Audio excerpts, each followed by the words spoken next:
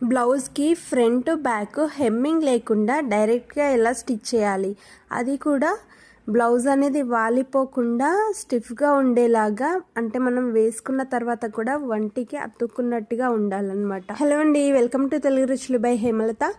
ఈరోజు వీడియోలో అయితే ముందు చెప్పాను కదా, బ్లౌజ్కి అనేది డైరెక్ట్గా మనము ఎలా స్టిచ్ వేసుకొని తిరగేసుకుంటే మనకి హెమ్మింగ్ లేకుండా అదేవిధంగా స్టిఫ్గా ఉండేలాగా నీట్గా బ్లౌజ్ వచ్చేలాగా ఎలా స్టిచ్ చేసుకోవాలి ఇక్కడ చూపిస్తున్నాను.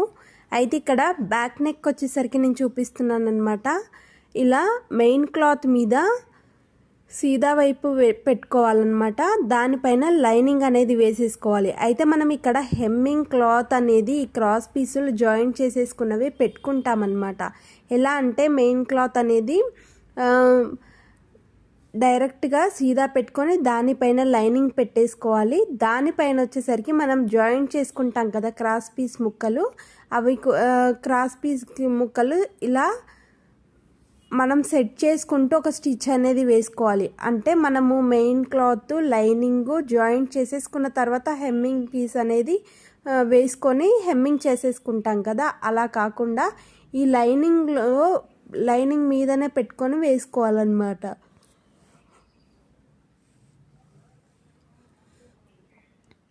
ఇలా క్రాస్ పీస్ తీసుకుంటే మనకు రౌండ్ నెక్ అనేది చాలా పర్ఫెక్ట్గా నీట్గా తిరుగుతుంది. అయితే ఎలాంటి డిజైన్ నెక్స్ తీసుకున్నా కూడా ఈ ట్రిక్ అయితే బాగా యూజ్ అవుతుందన్నమాట. అయితే హెమ్మింగ్ చేయాల్సిన పని కూడా ఏముండదు. అయితే ఎలా స్టిచ్ చేసుకోవాలి అన్నది చూపించాను కదా, ఇప్పుడు దాన్ని ఎలా తిరగేసుకోవాలన్నది చూపిస్తాను. ఇలా ఎక్స్ట్రా ఉన్న క్లాత్ అంతా కూడా కట్ చేసుకోవాలి. ఒక పావించు ఖర్చు ఉంటే సరిపోతుందన్నమాట. మనకు పావించు ఖర్చు ఉంచేసుకొని మిగతా ఎక్స్ట్రా క్లాత్ అంతా కట్ చేసేసుకున్న తర్వాత అక్కడక్కడ రౌండ్ తిరిగే దగ్గర ఖచ్చితంగా ఇలా ఘాట్లు అనేవి పెట్టుకోవాలన్నమాట. అలా ఘాట్లు పెట్టుకుంటే మనకి లోపలికి ఈజీగా తిరుగుతుంది. అయితే ఒకటి అబ్జర్వ్ చేశారో లేదో, ఇదేంటంటే మనం లైనింగ్ పైన ఈ క్లాత్ అనేది పెట్టయితే మనము ఇలా స్టిచ్ అయితే వేసాం కదా, ఎప్పుడైనా సరే లైనింగ్ పైన మాత్రమే పెట్టుకొని వేసుకోవాలన్నమాట, మెయిన్ క్లాత్ వైపు కాదనమాట. ఎందుకంటే ఇది మనము లోపలికి తిరిగేస్తాం కదా, అప్పుడు లైనింగ్ క్లాత్ అనేది లోపలికి వెళ్ళిపోతే ఈ హెమ్మింగ్ చేయాల్సిన ఈ జాయింట్ చేసిన హెమ్మింగ్ క్లాత్ అనేది లోపలికి వెళ్ళిపోయి మనము వేసుకున్నప్పుడు కూడా ఎలా ఉంటుందంటే, మనం ఒక బక్రం పీస్ యాడ్ చేస్తే క్యాన్ యూజ్ చేస్తే ఎలా నెక్ అయితే స్టిఫ్గా వస్తుందో ఆ విధంగా వస్తుందన్నమాట. ఇక్కడ చూపిస్తున్నట్టుగా లోపల వైపు అన్ని ఖర్చులు పెట్టేసాం కదా, ఇప్పుడు ఇక్కడ చూపిస్తున్నట్టుగా లైనింగ్ వైపు లోపల హెమ్మింగ్ క్లాత్ అంతా ఉంచేసుకోవాలి.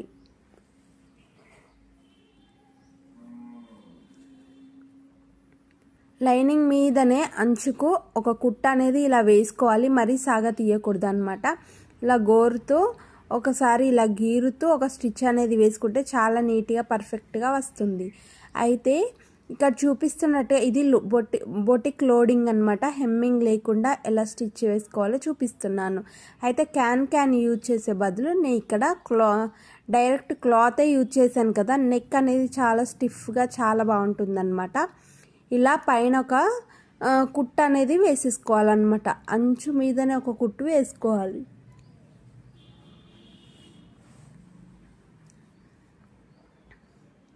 ఇలా చివరి వరకు ఒక కుట్టు అయితే వేసేసుకోవాలన్నమాట. మనకు నెక్ అనేది రెడీ అయిపోయింది కదా, ఇప్పుడు మనకు హెమ్మింగ్ చేయాల్సిన పని అయితే లేదన్నమాట.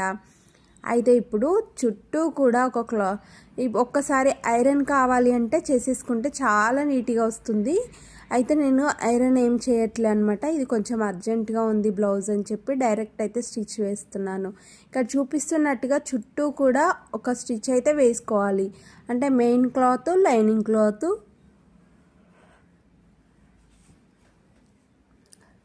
రెండు సాఫ్ట్గా అనుకుంటూ ఒక కుట్టు అయితే వేసేసుకోవాలన్నమాట.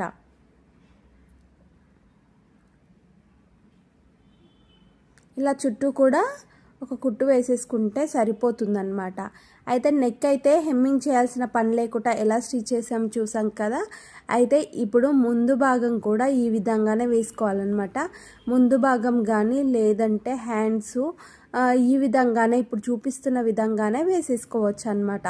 ఇక్కడ కింద చూపిస్తున్నట్టుగా కింద కూడా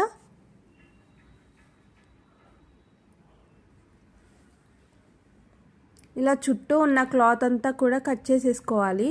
కట్ చేసుకున్న తర్వాత డాట్స్ అనేవి వేసుకోవాలన్నమాట. వెనకాల వైపు డాట్స్ వేసేసుకున్న తర్వాత కింది వైపు హెమ్మింగ్ పీస్ అనేది జాయింట్ చేసేసుకోవాలన్నమాట. అదేంటంటే మనము కావాలి అంటే హెమ్మింగ్ లాగా వేసుకోవచ్చు, లేదంటే హెమ్మింగ్ లేకుండా కూడా వేసేసుకోవచ్చు అనమాట.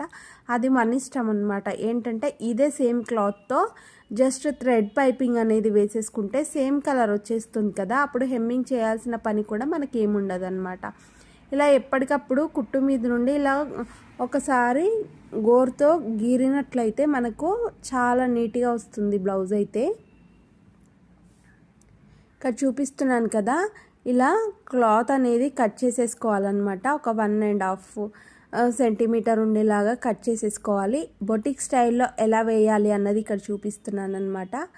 అయితే నార్మల్గా వేస్తాం కదా, అలా కాకుండా బొటిక్ స్టైల్లో చాలా ఈజీగా ఎక్కడ చూసినా మనకు 1/2 ఇంచు నుండి 3/4 ఇంచు మాత్రమే ఖర్చు వచ్చేలాగా ఉంటుందన్నమాట.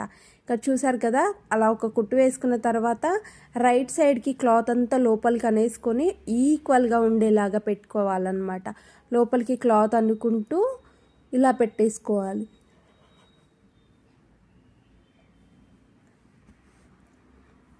ఇదంతా కూడా లైనింగ్ 2 మడతల్లాగా వస్తుంది కదా, ఇది 1/2 ఇంచు నుండి 3/4 ఇంచు వరకే ఉంటుందన్నమాట.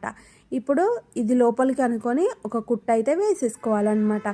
ఇదేంటంటే క్లాత్లో కనిపించదు అనుకుంటే జీరోలో పెట్టుకొని మన స్టిచ్ అనేది వేసుకుంటే ఇంకా హెమ్మింగ్ చేయాల్సిన పని కూడా ఉండదన్నమాట. అంత నీట్గా వస్తుంది, కుట్టు వేసినట్టుగా కూడా కనిపించదన్నమాట. చాలా చిన్నగా ఉంటుంది కాబట్టి కనిపించనట్టుగా ఉంటుంది.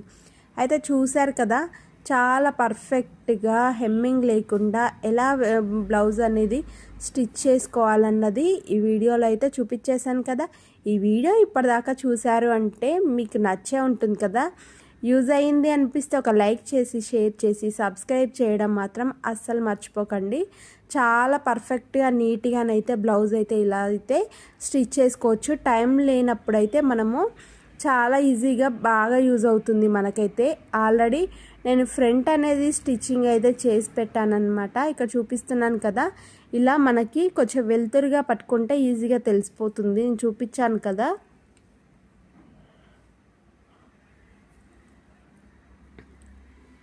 ఇలా బ్యాక్ ఫ్రంట్ రెండు కూడా ఇలా జాయింట్ అయితే చేసేసుకోవాలన్నమాట. జాయింట్ చేసేసుకున్న తర్వాత రెండు అన్నమాట, రైట్ సైడ్ది లెఫ్ట్ సైడ్ది ఫ్రంట్ పార్ట్స్ అనేవి ఇలా ఈక్వల్గా పెట్టుకొని జాయింట్ చేసుకోవాలి. ఎప్పుడైనా కూడా మనకి షోల్డర్లు రెండు నెక్ దగ్గర కూడా సేమ్ మ్యాచ్ అయ్యేలాగా చూసుకోవాలన్నమాట. అలా చూసుకుంటే మనకి ఈజీగా పర్ఫెక్ట్గా బ్లౌజ్ అయితే స్టిచ్ చేయడానికి అయితే వస్తుందన్నమాట. కొంచెం ఎక్కువ తక్కువగా ఉంటే అది మనకి చంక భాగం వైపు అయితే వెళ్ళిపోయేలాగా పెట్టుకోవాలన్నమాట. అయితే నేను తీసుకున్నది కరెక్ట్ ఈక్వల్గా ఉంది కాబట్టి కరెక్ట్గా వేసేస్తున్నాను అనమాట. స్టిచ్చింగ్ అయితే చేస్తున్నాను అనమాట. ఇక్కడ చూపిస్తున్నట్టుగా రెండు కూడా జాయింట్ అయితే చేసేసాం కదా, చాలా నీట్గా పర్ఫెక్ట్గా ఉంటుంది. ఇప్పుడు దీనికి ఉక్సు పట్టి, కాజాల పట్టి జాయింట్ అయితే చేసేసుకోవాలన్నమాట. ఎక్కడ కూడా నీట్గా కట్ చేసుకోవాలి. ఎక్కడ కూడా దారాలు అనేది కనిపించకుండా ఉండాలన్నమాట. మనకు బొట్టి స్టైల్లో బ్లౌజ్ స్టిచ్చింగ్ చేయాలి అంటే ఇవి టిప్స్ అయితే చాలా బాగా యూజ్ అవుతాయి అన్నమాట. అయితే ఎప్పటికప్పుడు కొంచెము ఐరన్ చేసేసుకుంటే చాలా నీట్గా ఉంటుంది. లేదు అంటే బ్లౌజు స్టిచ్ చేసిన తర్వాత కూడా ఐరన్ అయితే చేయొచ్చు. ఈ షోల్డర్ మీద ఖర్చు ఉంటుంది కదా, ఆ ఖర్చు అనేది కనిపించకుండా ఉండాలి అంటే బ్యాక్ సైడు పెట్టేసుకొని జీరోలో పెట్టుకోవాలన్నమాట. మిషన్ జీరోలో పెట్టుకొని చిన్న రఫ్ అన్నమాట, జస్ట్ 1/2 ఇంచు వరకు ముందుకు వెనక్కి రఫ్ చేసుకుంటే సరిపోతుంది. అది మనకు కనిపించదన్నమాట. అయితే రెడీమేడ్ డ్రెస్సెస్కి ఎప్పుడైనా చూసుంటే ఈజీగా అర్థమవుతుందన్నమాట. కరెక్ట్గా అలా స్టిచ్ అయితే వస్తుంది. ఎలా అంటే హ్యాండ్స్ ఫిట్టింగ్ దగ్గర స్టార్టింగ్లో వస్తుంది, షోల్డర్ దగ్గర కూడా అదే కుట్ అనేది రఫ్ అనేది చేస్తారనమాట. అంటే అది తీయడానికి కూడా ఉండదన్నమాట, అలా ఉంటుందన్నమాట జీరోలో పెట్టి వేసుకుంటే. రెండు షోల్డర్స్కి ఆ విధంగానే కుట్ అనేది వేసేసుకోవాలి. ఇక్కడ చూపిస్తున్నాను కదా, బ్యాక్ సైడ్ ఆ ఖర్చు అంతా కూడా అనుకొని ఒక జస్ట్ 1/4 ఇంచు నుండి 1/2 ఇంచు వరకు ఇలా ఒక్కసారి రఫ్ చేసుకుంటే సరిపోతుంది ముందుకు వెనక్కి. అయితే ఈ థ్రెడ్స్ ఎక్స్ట్రా లేకుండా నీట్గా కట్ చేసుకోవాలన్నమాట. థ్రెడ్స్ నీట్గా కట్ చేసుకుంటేనే మనకు బ్లౌజ్ అనేది చాలా పర్ఫెక్ట్గా నీట్గా ఉంటుంది. మనం ఎంత నీట్గా స్టిచ్ చేసినా కూడా అంత అనిపించదు అనమాట. అయితే నేను ఫ్రంట్ బ్యాక్ వీటికి హుక్స్ పట్టి కాజాల పట్టి జాయింట్ చేశాను. హ్యాండ్స్ కూడా వేసి ఓవర్లాక్ వేశాను.